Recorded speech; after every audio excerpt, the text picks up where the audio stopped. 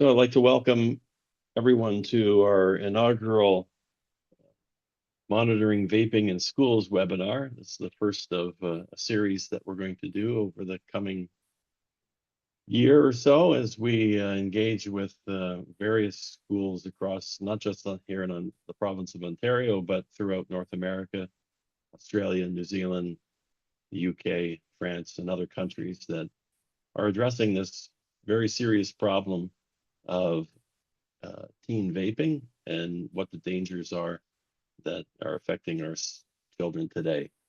So we're very happy to be part of this initiative, to be able to work with schools and educators to be able to address this problem by means of our detection technology and how it can seamlessly integrate into their critical security infrastructure at various schools.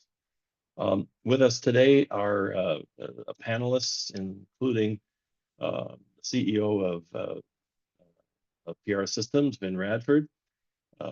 Vin has had many executive positions for a variety of technology startups in semiconductors, software companies, machine language, AI.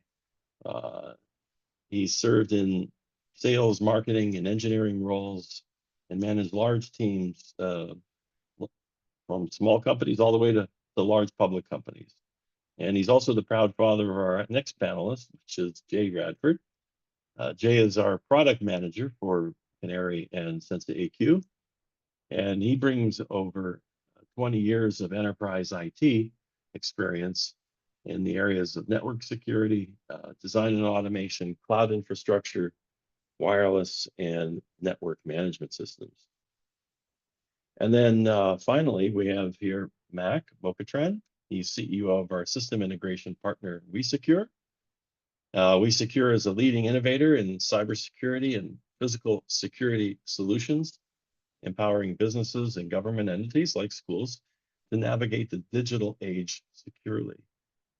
So their key differentiators lie in the cutting edge technologies, personalized strategies, and proven success. So they have a comprehensive suite of services, including integrated camera systems, intrusion alarms, advanced access control, and robust cybersecurity solutions. And we're proud to be able to include vape detection in together with the solution portfolios that they're offering. So we'll pass the presentation off later on to Mac as we progress here. So without further ado, I'm going to go ahead and share our first share the first slide here. So please be patient with me as I'm learning this not that one. We want to go with. We want to kick off this slide presentation here with desktop 2. Okay. Does everyone see that? Just to make sure, can you see that, guys? Yeah, I can see it on mine. Okay, great, thank you. Let's see, let's advance one slide. Awesome, so we did the introductions. As far as our agenda today is concerned, we're going to talk about Piera Systems as far as the company is concerned. How did we start? Then we'll get into some of the health impacts of vaping and why it's such an urgent situation today. And then what our vape and noise detector platform, the Canāree iX6, is all about. And then how to create vape and smoke-free zones, how to integrate with security systems, and we'll invite Mac to talk about that. We'll have a live demo, and then we'll close off with Q&A. Okay.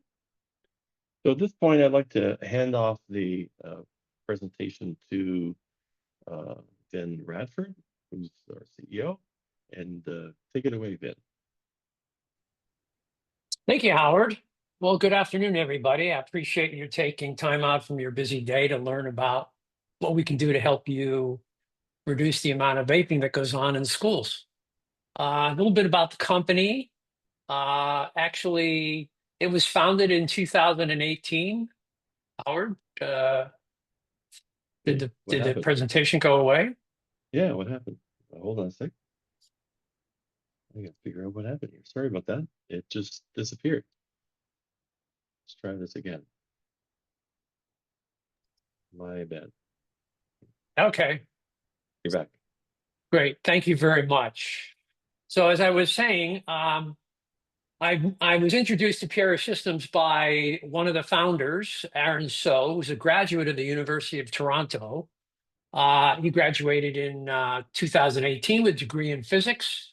And I've known Aaron since he was about 15 years old when he was working in Korea for his dad, developing custom chips for X-ray detection. So in 2018, he reached out to me and said, "Hey, would you help us get the company off the ground? I've developed this really interesting vape detector, which I thought in 2018 was a really good idea." And since then, we've basically opened up operations in not only in Canada, but also we have people in the United States, and we have a team in Korea where our product is manufactured. What Aaron and his dad had developed was essentially a custom chip that could measure photons during X-ray detection. And it turns out that photons are essentially reflected light from particles. And as you'll learn, particles are at the essence of what is in vape. Basically, aerosol particles that are so small, most of them you can't see. We'll cover that. And they had multiple patents on this, and we basically started with the sensor, which is essentially has a custom chip inside it. And since then, we've moved on to integrate that into our first vape detector, which is called the Canāree i5. This one is plugged into a battery. It's portable, and you'll see a little bit of that in action. And then we've gone on to manufacture or to design additional larger monitors that basically integrate not only PM sensors, but also sound and all kinds of gas sensors as well. You'll see an example of that unit, what's called the IX6 in a minute. And on top of that, we developed a whole software stack that basically monitors the data from the sensors in a cloud and sends out alerts and notices and reports. And finally, an API that integrates the data with various third-party software systems, including security systems, building management systems. So if you had a vape event in a particular area and you happen to have HVAC in that area, you could basically turn on the HVAC and clean the air. We've been delivering product for about 3 years now. We've got thousands of these devices installed globally. We've won a series of awards, starting in 2023 with an innovation award at CES for one of the first vape detectors. Followed that up in later in 2023 with an award from a prestigious Edge AI organization that we're a member of. Hundreds of companies specializing in AI models and AI development. And we won the Enterprise Edge Product of the Year for our Canāree air quality monitor. In summary, the one thing I want you to remember about us is we deliver the highest value in terms of our ability to be able to discriminate vape from other pollutant sources. We do that at the lowest cost, and we're a Canadian supplier. So if you're interested in supporting Canadian industry, we'd love to have your business. Let's move on.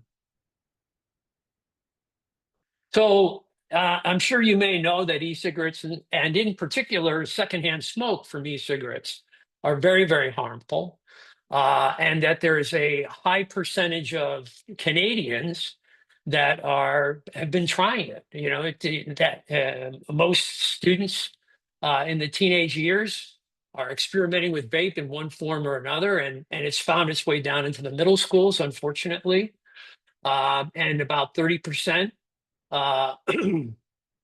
We're twice as likely to have tried vaping than people that are older. So it's an important age at which to be able to expose students to the dangers and the impact it can have on their health and on their lifespan. it not only does it release particles into the air, but dangerous chemicals as well, which are in the form of aerosol particles. It's true that ventilation and filtration and air cleaners can reduce the impact, but at the bottom line is there's no safe level of exposure. And probably the most important thing for the schools is to have a plan, not just a policy. In other words, putting up a few no smoking signs in the school is not going to solve the problem. And the plan really needs to have two important elements. One is probably the most important is education, because they're obviously students, they're learning, you've got them in a learning environment. And so educating them on the health threats and the dangers of vaping, not only to them, but to their fellow students, are important. The second pillar of that, which is important but not as important as education, is enforcement, because obviously some students are going to try it regardless. And being able to identify who's doing it, at least to the repeat offenders, is important. And that's where the security systems can come in.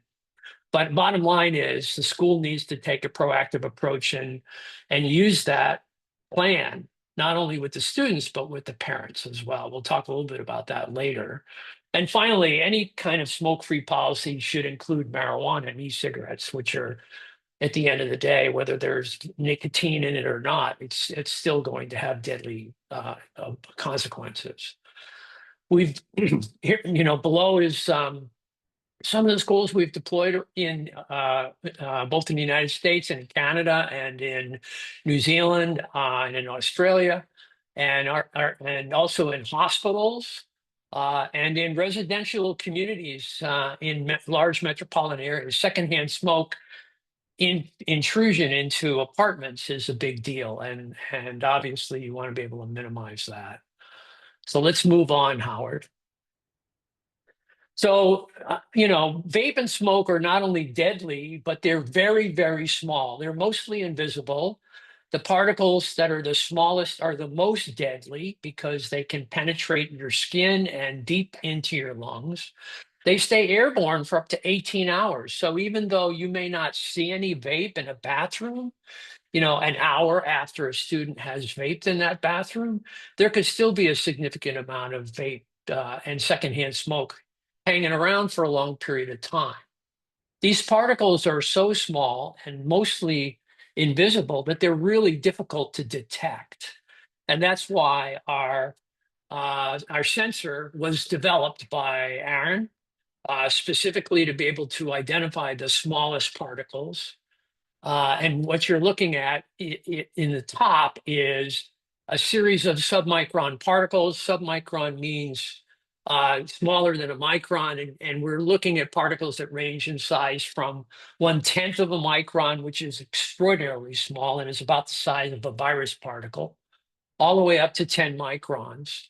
And our sensor is able to discriminate not only the size of the particles, but the number of particles of each size.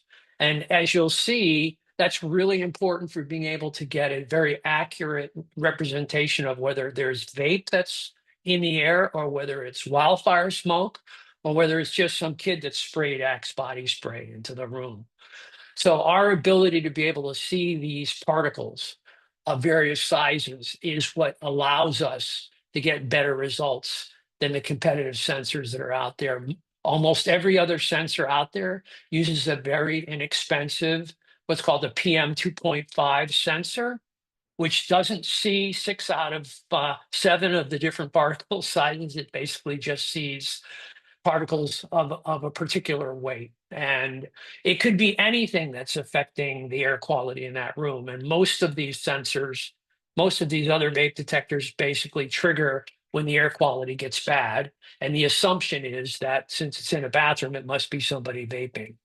That's not true if you happen to be in a public area, let's say in a cafeteria and there's cooking going on, or if you happen to be in a hallway and there's wildfire smoke that's infiltrated in the school, you're going to get false alarms. So I think this is at the heart of what makes us different than everybody else. Let's take a look at how that data gets used to create an accurate alert. So what you're looking at here is two plots. Essentially, the plot on the left is essentially smoke from either wildfire smoke or from maybe a cigarette or something like that. And the vape signatures on the right. You can see on the x-axis, we're looking at time. On the y-axis, we're looking at the count of the number of particles. And what you can see is the particles that are the smallest, essentially the 0.3, which is the blue, and the 0.5, which is the orange, are the and the 1 micron, which I think is the gray, are the largest number of particles. They're also the hardest to detect. And they're the particles that the PM 2.5 don't see. You can see the PM 2.5 particles down the bottom here. They're the kind of the yellow ones. But the bottom line is, over time, these signatures change shape and form. And what we're able to do is essentially create an AI model that learns the signatures, kind of like facial recognition, or as Howard likes to describe it, as kind of the ability to learn a song. And this is really what discriminates us from the other sensors that are out there. Let's move on, Howard. So our solution includes not only the sensor, but the vape detector. This is the IX5 that you're looking at right here. In a minute, Jay's going to show you the IX6, which is the air quality monitor that we've developed specifically to include noise detection and other gases as well. We send that data to a Microsoft Azure cloud. We aggregate all that data in the cloud. We actually, the model that detects the vape and smoke actually is embedded in the sensor at the edge. So it detects the sensor much quicker. I'm sorry, detects the vape event much quicker, and then sends an alert to the cloud every minute. And that data then can be used to analyze exactly the severity of the amount of smoking, how long the smoking's gone on, whether or not it could potentially be something else, alongside with the various alerts. And what you're looking at is the Sensei AQ software, which is what is used to communicate the results. Sensei, by the way, is a Japanese word for teacher, which is extremely relevant to the school environment. And then finally, the AI and ML models are basically analyze the data to identify pollutants. These models are trainable. As we see new kinds of vape events, we can upgrade the model in the field and provide new information as various types of vapes get released. So I'm ready to turn it over to Jay. Thank you, Ben. We also have a number of solutions for our Canāree air quality monitors. One of them is plugging into HPE and Aruba wireless access points. You see a lot of these already deployed in school environments, right? They provide Wi-Fi to the students and staff. So we have a unique solution where you can essentially plug our Canāree i5, there it is, directly into a USB port on an HP Aruba access point. This takes advantage of the devices already installed in the ceiling in a good location to detect vape and air quality. With that solution, we utilize the network on the HP access point to transmit data to our cloud.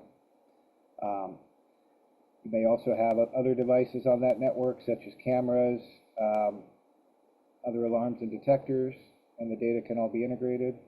A lot of access points, including Cisco, also have USB ports, so you can install the Canārees directly on those as well. And it provides a quick method to deploy the product, as these access points are already deployed across your school. In this solution here, the data is getting transported back to our Microsoft Azure cloud and presented to the user with our Sensei AQ software. We also have a number of other solutions with vendors, such as, Canāree can be deployed on the back of a television set, right, for a hotel room application.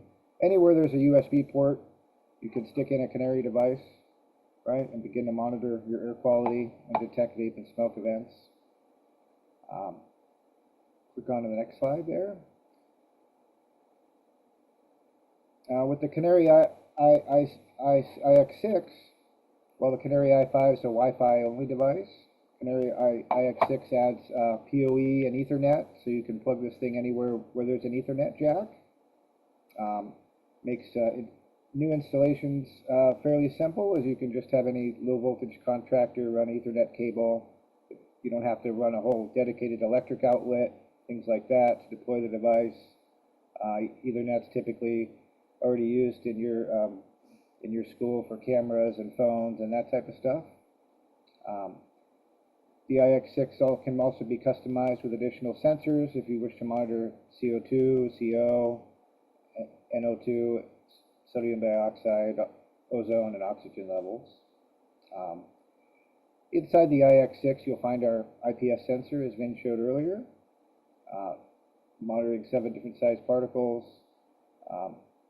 The device also has a built-in vape and smoke support, and as you'll see in the product demo, the device will detect vape and smoke very quick, within 30 seconds. It's enough time to catch kids in action, as they say, and catch them red-handed, per se, and we'll see where the alerts can go to. The IX6 does support Wi-Fi, but it does have that Ethernet option, either for power or for networking. There's an LED status monitor on there that shows you your live air quality. You can also power it by PoE injectors or AC power adapters if you wish. And we also offer a protective cage for the device called a bird cage. Right? It's a steel cage you can put over the device to protect it from vandalism or theft. That's available on our accessories page. Firmware updates are automatic, over the air, push from our cloud when necessary, and you'll see our SenseEAQ software in a minute that tells you the risk level of your current levels of air pollution, as well as historical trends in your air quality data. We'll flip on to the next there. Yeah, just before we move to the next slide, I realize some of the attendees might have questions, so I don't have the ability to turn your mics on and off. If you could just type your question into the Q&A box, and then we can address them at the end, if that's okay. It's just a matter of time. We'll focus on the Q&A right at the end. So just go ahead and use the Q&A box to type your questions. Appreciate it. Thanks. Thank you, Howard. Here you go. Flip on to the next slide there. All of our devices can send vape and smoke as well as noise alerts. The alerts can be seen via text message. Go out to your phone, or a group of members can all receive the text message or email alert. You can see there in our interface, you can browse through your last recent alerts. We can also put triggers on the alerts, as Mac will demonstrate, to initiate recording on a security system and tag the events so they can later be followed up with. You know, you see students entering a bathroom, see the vape alert tagged in the video system, see them leaving the bathroom and capture the evidence. Our device will differentiate between vape and smoke. The smoke could include, you know, cigarette smoke, marijuana smoke. As Vin mentioned, we have an algorithm that quickly detects a rise in PM levels, and then within 30 seconds begins to classify that event, right? And it'll classify it as either vape or smoke, or masking, which is spraying deodorant or Axe body spray to attempt to hide the smell of your vape and smoke. It's highly accurate. The algorithms are continually getting updated in real time. Related to that, we also have noise detection, where you can set a decibel level of acceptable noise. Usually that's around 90-95 decibels. You can fine-tune that for the environment. So this is a good application to detect bullying, screaming, or maybe someone in threat inside a school bathroom or wherever the device is installed, because you can detect screaming, potential fights, bullying, other loud noises that might require your attention. So When you click on a vape smoke event, as it's shown there, it'll show you the live air quality data at the time of that event. So you can educate your students on how they're polluting the air for other students. And more importantly, we can also see when the room is back to normal, when the pollution from the vapor smoke has subsided and gone back to a normal level.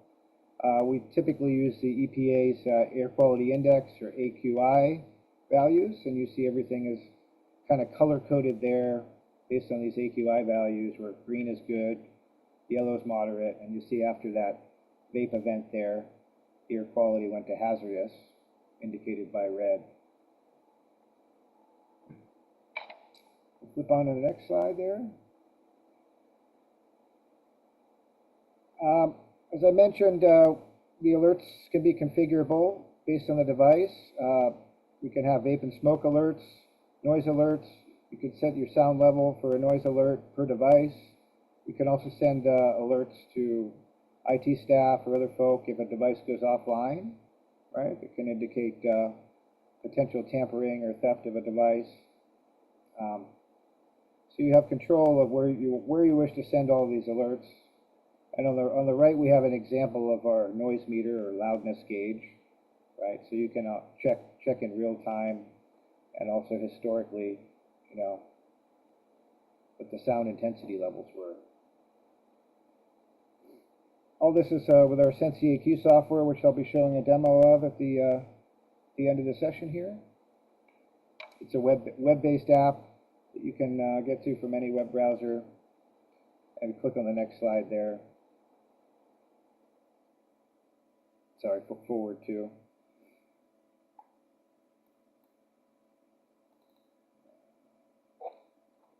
So the SensiAQ software can provide a list of all your devices. You can define locations for your devices. So we have it's the Aurora High School here, sensors deployed in the gymnasium, the main building. We have also other location, our Piera office, where we have first and third floor devices.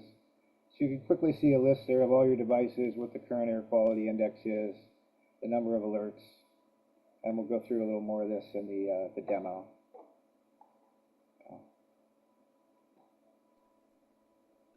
Right. So just a quick summary from in terms of how we stack up versus the OPS, or Supply Ontario approved vape detectors. They're basically three other units, one made by Cisco Meraki, which is essentially a air quality monitor that plugs into, or that talks to a Cisco access point, and then two devices from Motorola and Verkada, which are actually quite expensive and include a lot of other features, which are mostly security related. So if you're looking for an affordable, accurate, Canadian made vape detector, then Piera is your choice.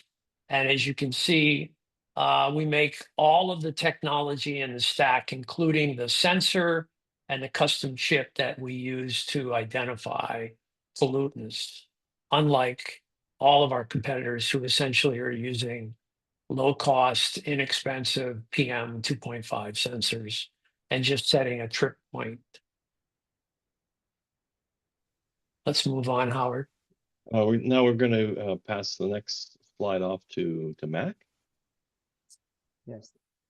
Thank you, Howard. Thanks, Jay. You're most welcome. Thanks for the audience. Yeah, it's a pleasure to be with you here today and be the guest on this presentation. So basically, WeSecure is the integrator, is the installer of CCTV systems, access control, alarm. We are ULC certified fire and burglary alarm system covering Ontario and Canada-wide.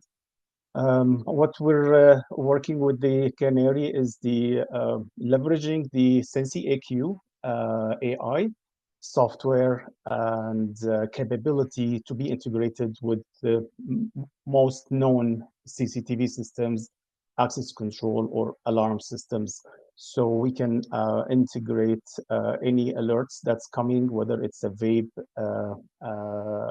marijuana usage, or noise detection, to trigger an alert within a alarm system and sends, let's say, an SMS or an email with the footage or with the timing of the violation. Based on OpenAI, since CAQ, it's integrated with all Open API systems. And with the comprehensive monitorings, it also can give alerts of the air quality, whether it is somebody idling outside the school, and it detects high humidity, high temperatures, all kinds of air quality events. So all can be integrated within your existing system, or if you want to introduce a new system in place. So WeSecure can handle from end-to-end integration and implementation requirements. Thank you. Thank you very much, Mac. So at this point, we're going to call Jay up to give us a product demonstration. So I'm just going to stop sharing the presentation and bring it over to Jay. And maybe you might want to share your screen and what you're going to show. Great, thank you, Howard. As I mentioned earlier, this is our SenseAQ software. It's currently showing me all of the sensors we have deployed. We have a local school around here where we do the pilot testing as well. You can see that, in the simple list of sensors, I essentially have devices assigned to locations where I can filter them. So if I want to see just the devices at Aurora High School, say, I can do some further filtering and zoom down into, say, devices deployed in the gymnasium. Here we have several devices in the girls and boys locker rooms, as well as the handicap bathroom as well. You can see the live air quality data across these devices, like a PM 2.5 AQI, right? Suddenly gone up there. The interface will update in real time, and I can filter by any of these columns, right? Devices with the highest or lowest AQI, VOC, temperature, humidity, or noise alerts. Also on this panel, I can quickly edit device settings, rename the device, get all the information such as the IP address, the MAC address, and the current configuration for the vape smoke, which does update dynamically. See my Wi-Fi signal strength. I have the option to set the device as public, which means that anyone can view the air quality data. And if I do have a public device, I can essentially share a QR code with anybody and allow them to scan that with their phone and go straight to the live air quality data, right? So this is important for people with asthma or breathing problems. If you want to display and publicize the air quality data in your environment, we make that fairly simple. Just scan the QR code. As I click on a device here, it'll go into the device details page. Here you can see that the air quality is currently hazardous in my environment. You can see a SenseAQ here does the color coding based on the air quality and the time. So I could see the live environment here. We have been triggered some vape here with my good old vape pen just a minute ago, and we'll see the alert come in. You can see the PM levels have risen to a very unhealthy state, right? And if I were to, you can see the interface will update in real time. There's a little AQI guide here, so I can see what the colors mean according to the EPA and what the breakout points are. What you'll see here is an alert should come in a minute here. If I click on the device history here, there we go. We just had an alert from 1 minute ago. I click on the event. It's going to zoom in on the time frame and show me the details of that event at that location. So if I want to see a single view of all the alerts across all of my devices here, you can see there was the vape event that was just detected in the handicap bathroom here on the first floor of Aurora High School. there's the time of the event.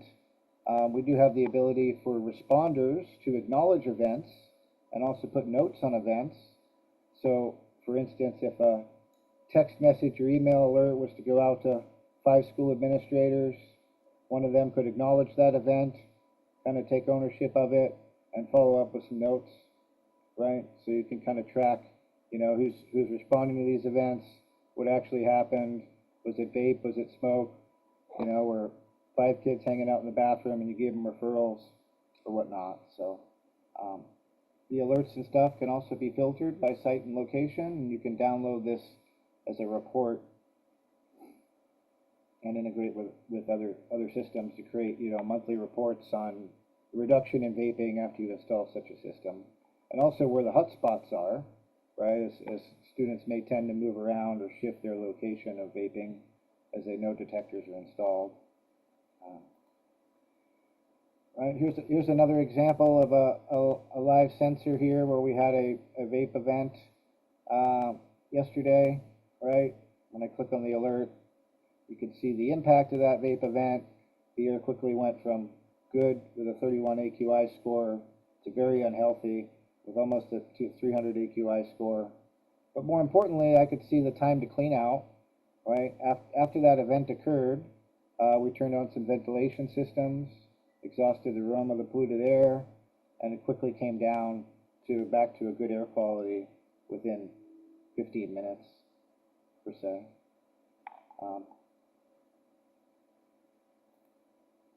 Also, our device will monitor VOC levels. These are volatile organic compounds you might find in, say, paint or noxious gases. Also, things like Axe body spray can create significant VOC level rise. These are like when you walk onto an airplane and everyone's got those alcohol wipes out, and your lungs are burning, right? These are the VOCs that are affecting your breathing there, and we also have a sensor to detect that and report back on that. Here you see the noise levels, so they've been fluctuating a lot because I've been talking and we've been having this meeting here. But you'll see that if I was to set the noise event threshold to 90 decibels on my device, right, and scream a little loudly in the room, then within a few seconds we'll see a noise alert. There it was right there. Came in pretty quickly. Also got the same alert on my phone there. If I can zoom in on that. But within 10 seconds I got an alert there. So fast enough to respond very quickly and catch people in action and educate them on how they're polluting the air and making it hazardous for other students with their vaping activity. I think I covered most of the columns here. We do support different languages, including French, for our user interface. And the alerts can be sent out in English and French on our interface as well. We also support Spanish, Dutch, and Italian. Temperatures can be viewed in Celsius or Fahrenheit. And then here I can select to subscribe to alerts for any of these devices. I can also download this list of alerts. SetCAQ does offer a map-like view if you define your devices with locations. This can either be a kind of a Google Maps summary, or you can also upload your own floor plan to this view, right? So you could see across your enterprise. And again, I could filter devices based on the location there and see the map view live and kind of zoom in on around it. Right now it's showing the PM 2.5 AQI levels, but it can be adjusted to show other things like VOC, noise, and a number of alerts. And here you have a number of sensors we've deployed around our area here, showing the live data.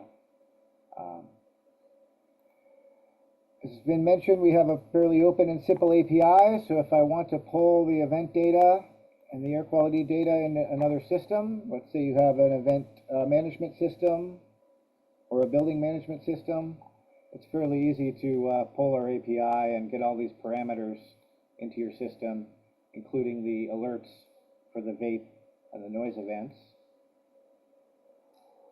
And we do have a solution with the Access camera station that I mentioned that essentially pulls this API and creates a tag on the camera feed of these events when they do occur. Right. So our SensiAQ software can be used from any web browser. It does work on Android and iOS phones. And here you can see, besides the devices list view, I can also see kind of a dashboard of my devices and what the current air quality is, and that does update in real time. I also have this pop-up of my recent alerts here. There's that noise alert from a minute ago when I screamed in the office, and that vape alert from earlier. And again, I can click on it and it'll go back to that event, and we can show how unhealthy the air was and how it's still currently unhealthy in here because I haven't opened any windows and the smoke's been stagnating. So, Great. Thank you very much. Thank you very much, Jay. That was excellent. Appreciate that. Just in line with one of the comments you made about the air lingering, the air bad air that lingers, and we have these signs, the no vaping signs, and you'll notice that the QR code I printed it out and stuck it on the corner of the sign. Unfortunately, my name is blocking it out. But anyway, this is really good for asthmatics. So when this sign is acting as a deterrent outside the bathroom door, then an asthmatic can literally take their phone. That's a good question. In Ontario, they've now banned phones in schools, right? So much for that idea. But if they had a phone, they could click on that and they could see if the air is still bad, even though there's no one vaping in it. The air is bad, it can trigger an asthmatic event. And now you've got a health situation in place, and now you got to call the nurse or the hospital or ambulance or whatever. So, right, and it's anyway, toward actual vaping and smoking, because if students know they're being monitored and they can click on a QR code and know that this bathroom is being monitored and there's the live air quality data, then they're not going to smoke at that location, right? They know they're being monitored, so you have a reduction in vape use at that location. Okay. So I'm now going to return to the presentation to close off here with Vin, and then we'll take Q&A. Okay. Right. Thank you, Howard. So just kind of wrap up and make an important point about air pollution in general. Before COVID, I think we were all kind of aware that a lot of the air we were breathing, particularly in major metropolitan cities, was polluted. Anybody that's been in LA in the 70s or Bangalore last week knows that it's pervasive, it's deadly, and we don't actually measure the most harmful particles, which are the submicron ones. Clearly this you can see the pollution here, but it's what you don't see that it really is quite deadly, which is the smallest invisible particles. And if you can click on the animation, as you know, over the last couple of years, 3 years or so, Canada has had a widespread of wildfires. We've had a lot of them in the Western United States, which is where Jay is located, which, by the way, has given us a lot of test data for being able to identify different types of smoke. But the reality is that, if there is some kind of external event, whether it's a series of buses motoring outside the school or wildfire smoke that's found its way into the school system, you're going to get a bunch of false positives from some of these other devices. And you're still going to want to know how much pollution there is from other sources, not just vape, but also how long it's going to take before the air is clean again if you turn on an air purifier or something. And we help you with all of those things because our devices are not just vape detectors, and they were developed to be vape detectors, but they're air quality monitors as well. And I don't need to read you the details around the health threat, but the bottom line is, lung cancer, Alzheimer's, cardiovascular diseases, the further spread of COVID and any kind of respiratory disease, which spreads much faster on these particles. And anybody that's got any kind of respiratory issue. And the bottom line is, the indoor air is typically 2 to 5 times worse. And when there's vaping and smoking going on, it's substantially higher. And there's a big cost in terms of deaths per year and the medical costs. So let's move on, Howard. So, kind of wrapping up here, we started out by talking about a two-tiered approach to basically educate and enforce. And I think it's important for the schools to be proactive, not just put these things in the bathrooms and hope to get a bunch of kids in the act. What should be done is to basically create these smoke-free zones in the school and enforce them. And the way you do that is by putting these in the most obvious places where you're going to likely have events, have very accurate detectors, educate the heck out of the students so they understand the health threat, install air purifiers if it's a recurring problem so you can clear out the air as quickly as possible and not have to shut the bathroom down completely, and have a team that will respond to these alerts when they occur. And finally, of course, be able to enforce through the closed circuit TV systems, which is where Mac and his team can help. So kind of wrapping up, what we did is created a little flyer here that could go home with the students, to the parents, et cetera, to get the parents to understand the importance of what the school is doing to establish these vape and smoke-free zones for the health of their children, and use the parental pressure to educate and enforce as well. And bottom line is, this stuff's deadly at any amount. You need a plan. We have our sensor technology, because we control, the entire technology stack, and we have patented detectors, sensor detectors, is superior to the competition. We're cheaper, we deliver a higher value, and we're Canadian suppliers. So, and of course, the bonus is you get to improve the indoor air quality, reduce infection risk, and save energy, because at the end of the day, you don't want to be running a bunch of air purifiers and HVAC systems if you don't need to do that. And we will help you with that process. So that's wrapping up. Howard, I'll turn it back to you for questions. Great. Thank you very much, Vin and Jay and Mac. Appreciate your input here. So let's take Q&A. We have a few questions. First, there was one question about accuracy of the vape detection. Can someone take that question? What's the accuracy of the vape detection? Okay. Sure. We've done a number of real-world trials over the past couple of years. Our device has been designed to weed out things like wildfire smoke, which is typically a slower rolling, less of an immediate impact. Like wildfire smoke spike, the air quality will slowly get worse over time as the smoke plumes roll through. Right, our device has been designed to detect events that create peaks in air quality pollution, right? And then after the event's detected, we'll classify the event using our AI/ML algorithm. We have over 80% accuracy in differentiating between vape and smoke. And the false positives, we've taken more than a year here to fine-tune those out. So false positives caused by things like wildfire smoke, spraying of Axe body spray and other pollutants, have been essentially weeded out. So we have a very high accuracy rate. And based on the fact that these devices are typically installed in school lockers, school bathrooms, areas where there should be no smoke at all, nobody's burning incense sticks or cooking in these locations, the high accuracy in the 90 percentile can be achieved.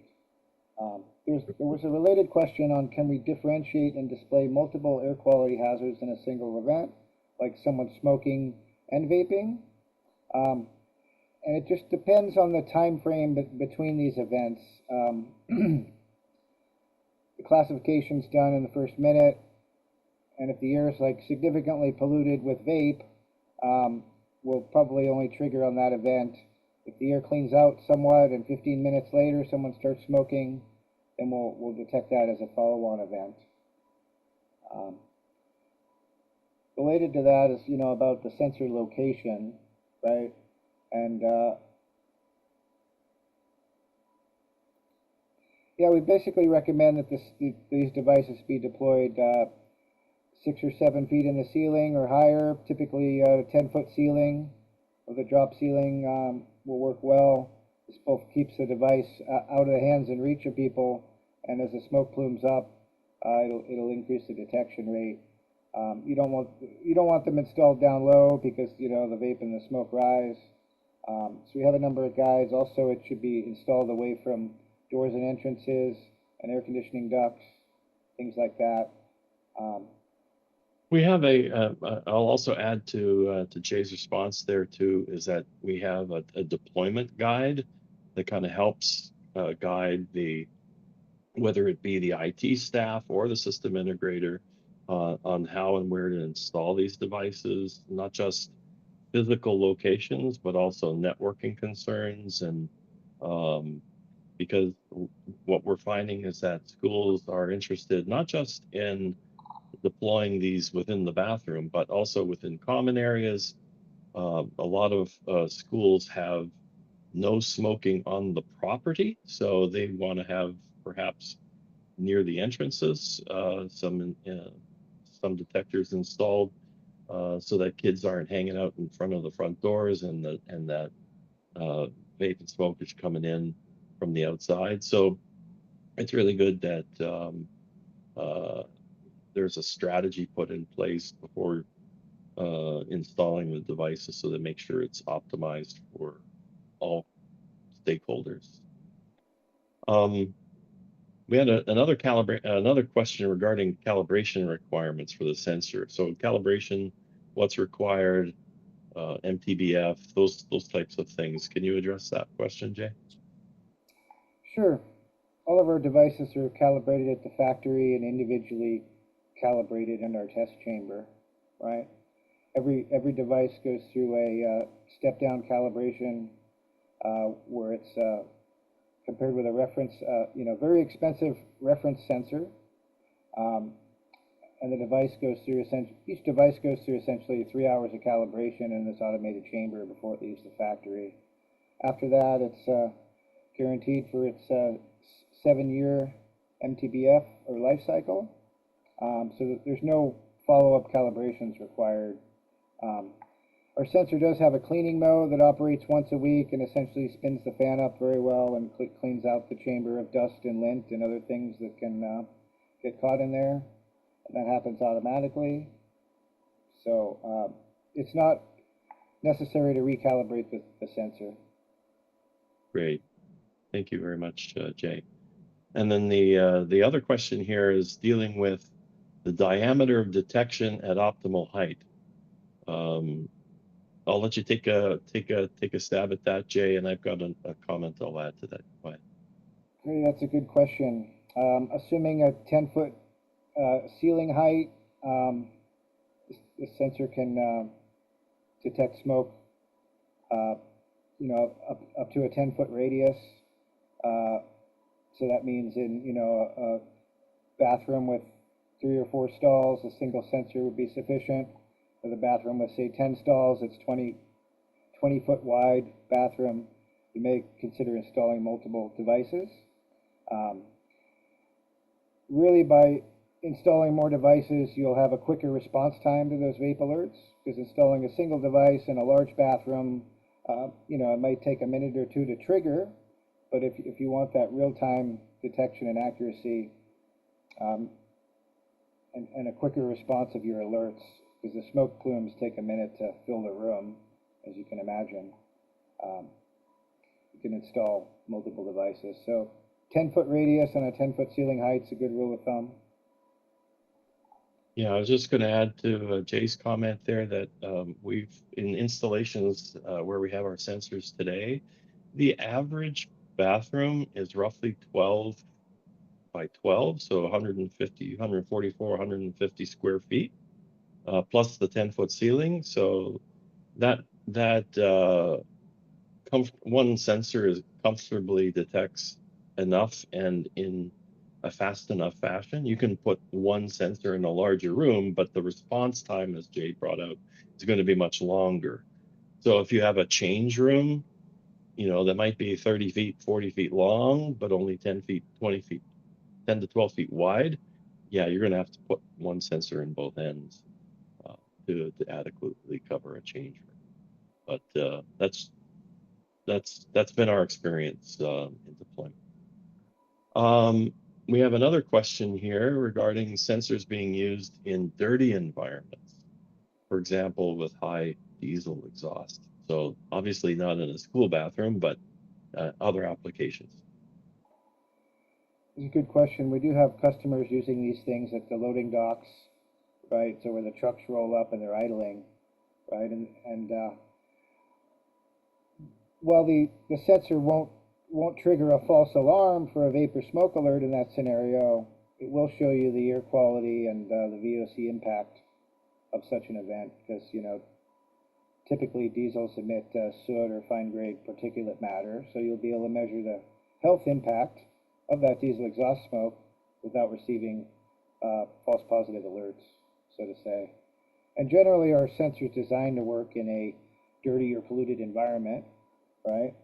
We have customers using them in such loading docks, and also in monitoring the impact of mine blasting, where the air quality and the particles counts go to the trillions because they're blowing up a mine. Our sensors designed to work in these environments, and then the cleaning mode, essentially, if it's heavily polluted, can clean out the device automatically. I'll just add in a dirty environment, like if it's constantly monitoring oily substances like diesel, then the lifetime of the sensor drops. So generally, after a year, you may want to consider replacing the sensor, because it's one thing to blow out particles like dust and silica and what have you from let's say in a construction or in a mining area, just to have the sensor blow the particles out. But in an oily environment, it's covering over the laser of the sensor, and the laser lens gets dirtier and dirtier. The sensitivity drops, and therefore the lifetime. You either have to physically go in and clean it, which you don't want to do. So optimally, there's no point calibrating. It's a matter of just replacing the sensor. So the lifetime drops to about a year. This is, as Jay brought out, the experience that we see in a lot of warehouses who want to monitor not just the incoming truck and the air that's in the loading bay area, but in a lot of warehouses today, one of the big problems that warehouses have are, especially in Western North America, is where wildfires are present. There's no HVAC inside the warehouse, so all that smoke infiltrates the warehouse, and how do you clean it? You can't clean it, so the goods get contaminated, and therefore you have a lot of product returns when somebody buys a pair of jeans and it smells like it's been in a fire, right? So they want to ensure that when they have wildfire events, that there's triggers that allow them to shut the doors and to take precautions to prevent product loss.